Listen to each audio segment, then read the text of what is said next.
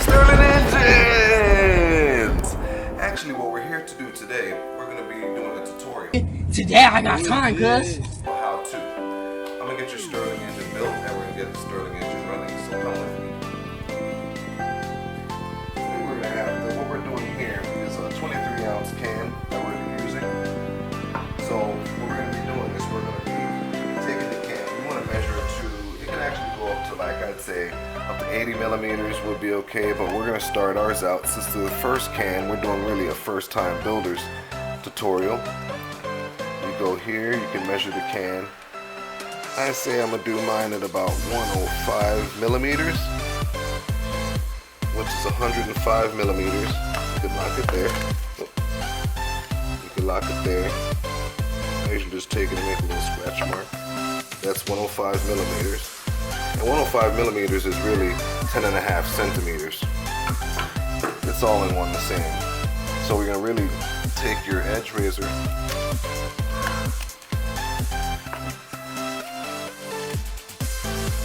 and if you have any questions, you can always comment me below and I can answer all questions. We're actually going to get your Stirling engine running. You're not just making it, I'm going to make sure it runs for you. When you're cutting, always cut actually away. You want to start cutting away from you. You don't want to cut towards you because it's a straight edge razor. You have to be very careful. Just cut off whatever you have excess.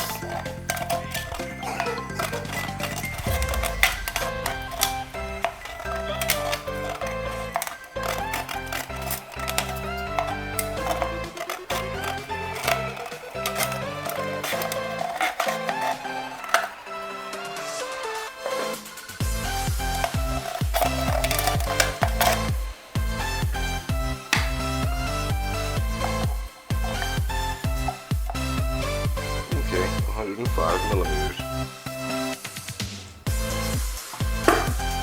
So then next, you want to take your elbow, and if you pan over to the table, you'll see the things that you will need. These are certain things you will need, like some silicone. You'll need your drill bits because you want a certain size drill bit in order to make your holes for your actually run connection. And then you're going to need like these are your pistons. That's for your cold piston, your power piston. And you know you'll also need some steel wool. So along the times you'll need a few things that you're going to need, but I'm going to get you through this way so that you'll have a running Stirling engine and a good running Stirling engine. Now remember, when you build a solar can Stirling engine, you can't expect it to last like a very long time. They do last, but not very long all the time, because they will like tend to crush under pressure and things like that. So over time, if you also want to know how to build a harder Stirling engine, I'll have videos on how to build, you know, a more Stirling engine can handle more pressure and more power. So here, you just want to take your elbow, and before you drink the can, before you drink out of the can, you want to take another can, but before you drink from this can, you want to take some sandpaper. And I would do this before the can is empty because the can is harder once the can has fluid. You take and you scrub along, and you just keep scrubbing, and you keep scrubbing. When life gets you down, you know what you gotta do? I don't want to know what you gotta do. Just keep swimming, just keep swimming, just keep swimming, swimming, swim. Until you notice it has this curvature. And when it has this curvature and it fits against the can, you could actually take it off. And you fit it against the can, then you know it's not gonna have a problem. So you wanna use this against your can that you've already cut. You can kind of eye it at that point. Go maybe like about an inch down from the top, so that it does have space for the engine to seat into the top head. So then you're going to want to make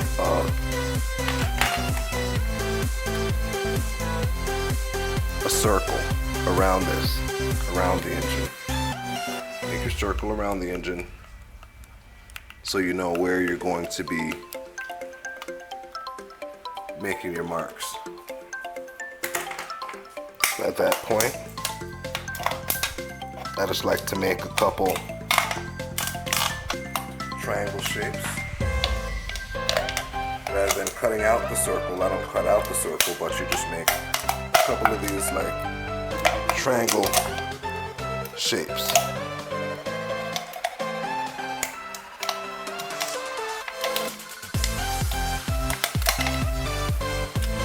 So this triangle actually ends up looking like a star with a circle. But the circle that you've written, you don't really cut it out, but you just write the circle in, and as you write the circle in, then you just make those star shapes. And as you make the star shapes, then you can kind of bring them back out. Now be careful because the cans tend to be sharp, but I'm a mad mechanic, everybody, so I do things sometimes like unorthodox. No tries at home. Just kidding. So no, you hold it this way, just seriously though, be careful with the can, because the can tends to be sharp. Whether you're working with a can or whether you're working with aerosol can, all metals are sharp once you cut them. So always be careful. And that's what you're looking for, to look like this. Now remember, when you build it, the inside, you want the piston to run without getting snagged with your steel wool. So make sure your steel wool is cut properly, make sure in here is filed down so that it doesn't get snagged when it's running, because that could be a common problem why your engines don't run. It might be getting snagged and not turning properly. Okay, so next we're going to be building our piston. So I'm using really just hanger. If you have hanger, the hanger is going to measure to be about 2.3 millimeters. That's what this style hanger is going to be. Okay, next we're going to be building our piston. So the connectors I use are wire connectors. If you want to get some wire connectors, they have them right at Home Depot or Lowe's in the electrical section. I took mine and I cut them in half. We're going to move up as we go along as I build the bigger, harder, because right now I'm in the middle of designing a bigger Stirling, and when I do it, I'm going to take you along with me. We can build it together.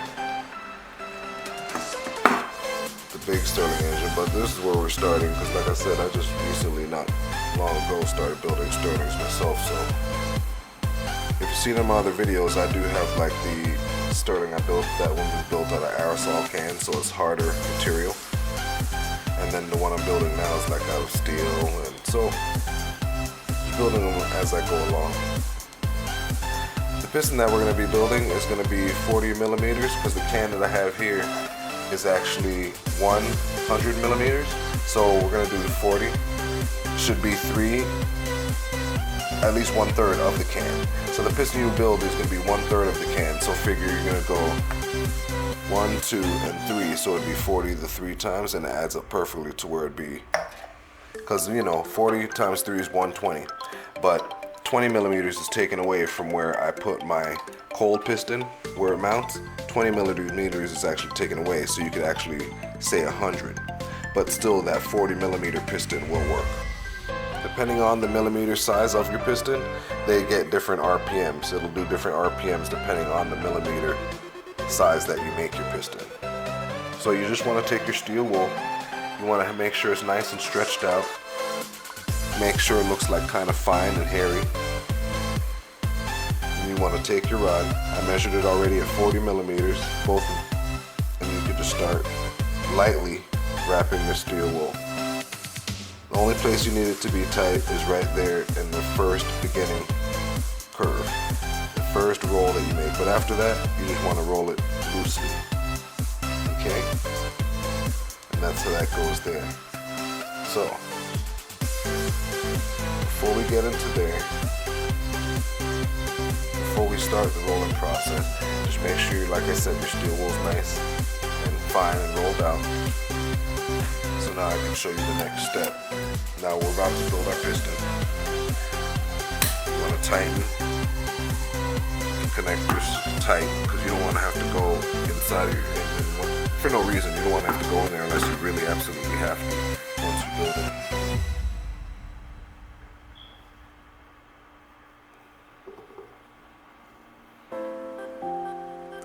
Your other connector at the other end, back where it was.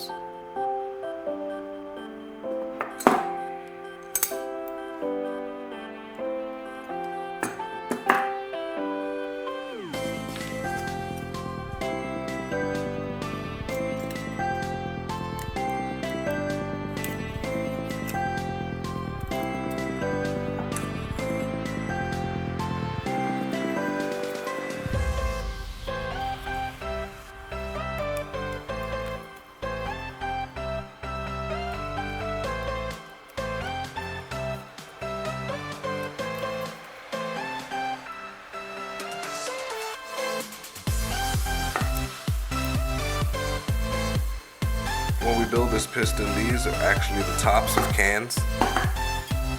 Those are the top of the can.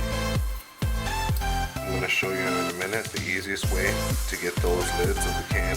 As you can see, I took the top of the can and then I just cut the holes, the extra holes. This is the hole that comes from the factory, and then I cut the extra holes on the top of the lid just so it has air going straight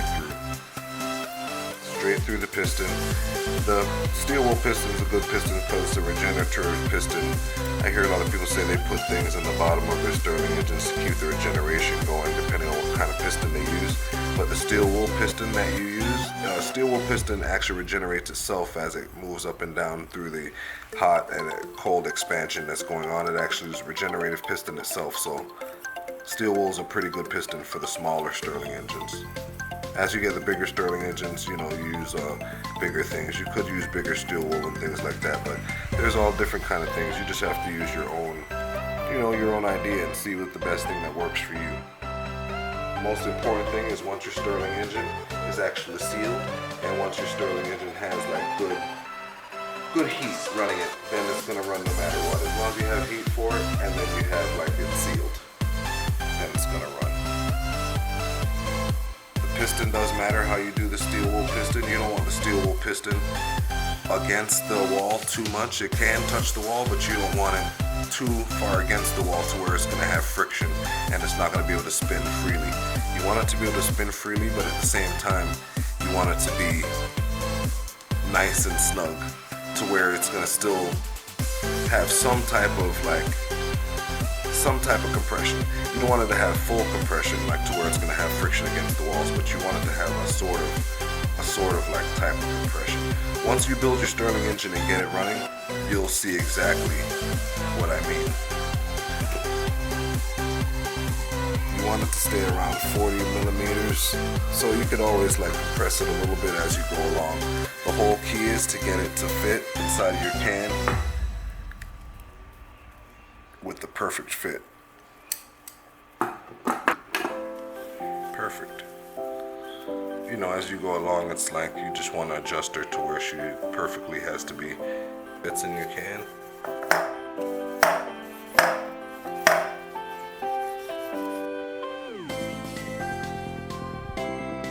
It's basically transparent to where you can still see where that's a good piston for steel wool piston.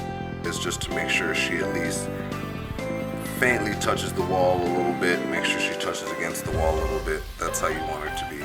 In an engine in a car, it's basically the same way. The only thing keeping her from touching the wall completely would be the piston rings. Would be the piston rings that go on the pistons. That's what keeps her from touching the wall. So in this case, you just want her to have a fit to where she can still drop fast. You want her to be able to drop with nothing stopping her from dropping that.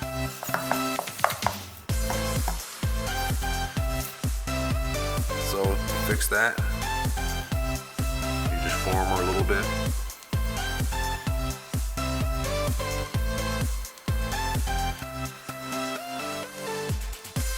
The whole idea is you don't want her to get snagged on your engine. You don't want to get snagged on your engine.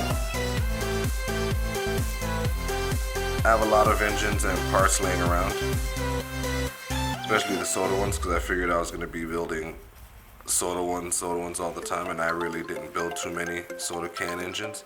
I started building like harder ones immediately because I noticed that they last longer.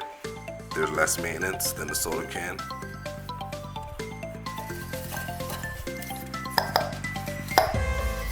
That's perfect fit. You want her to drop easily. Nothing stopping her from dropping.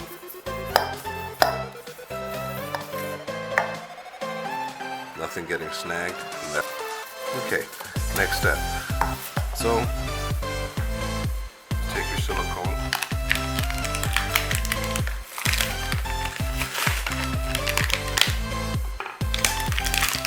It's up to you if you want to use the nozzle. I usually use the nozzle when I'm building the cooler, because with the cooler you want it to go in between certain places.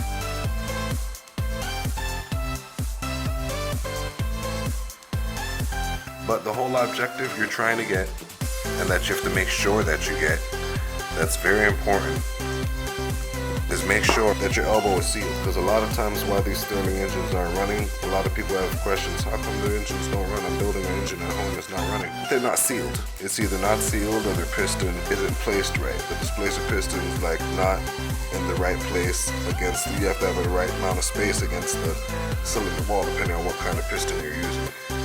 If your piston's not positioned right in the right space, or it's too tall, or then it's not going to run. It has to be the right measurements with the piston. You can make your engine any size you want, but the piston has to be the right measurement to the engine. And depending on how you build it, it'll be different speeds depending on what you're doing with the engine. You can get them to run different speeds, different RPMs, depending on how you build it. You just want to make sure she's straight and on. And a lot of times with these elbows, with using silicone, that's the reason why I'm kind of getting out of using the adhesives. It's because you have to find things to hold them, to keep them in place until they dry, until they're ready. So just bear with me in a second. I'll be right back. Now, what you're going to use before I go do it myself, we're going to put a little tape here. Okay, so I went and got my tape. And all you want to do is just to keep her flush against the can, you just put 4 pieces of tape. 1 piece of tape here, 1 piece of tape, a piece of tape, and tape. The thing is, you want to really put the 4 pieces of tape because you want to keep her from going left to right, back, forward. You want to keep her as straight as possible on here. So now that we have the silicone, give me a second, I'm going to put her up. What we're going to do is, while these things are drying, we're going to go ahead and build her together. So now you can go ahead and move on to your next can that you have. So as you have your next can, what you're going to do is, you just take, we measured them earlier, so what you're going to do is you have your holes for your can. 2mm hole through a penny. Penny's copper. You remember you bought your titanium drill bits. Titanium is harder than copper, so it's going to be easy. Drill your 2mm holes through your penny. It goes right at the side of your can. So before you do that, you take your crankshaft.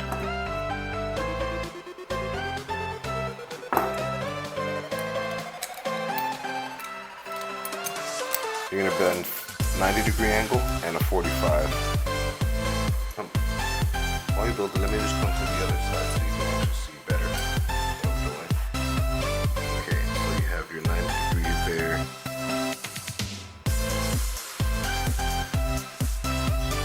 That's the first bend.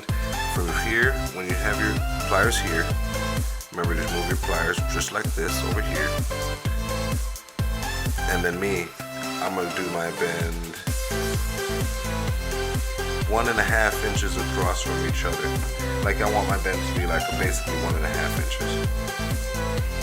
So you can always go to your micrometer, go from millimeters to inches. It's right on there. This is 1.5 there. So you want to take that, and you can make it as long as you want it to, but just measure it according to where your can goes. So you basically want it to be like this. Okay.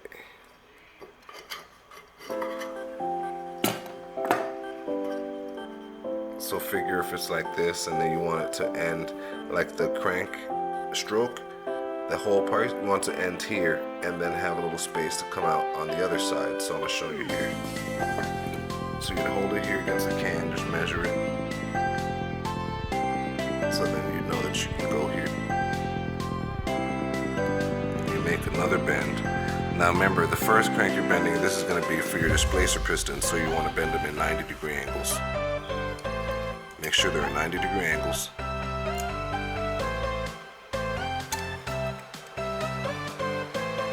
And then you want to just take it and measure it up with this, and see how it goes, right? Basically right in the center. And then after that, you know that your whole piston is going to be about about an inch away from the can.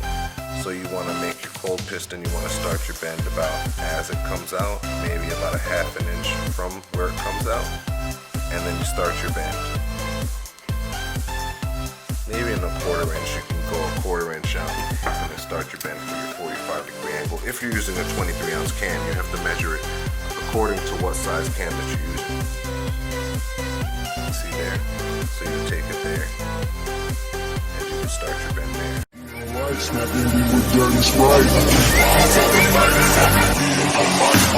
Been a while out for the weekend. Me, myself, and all my 3 friends. Nigga feel like go get in leaped in. ASAP niggas finna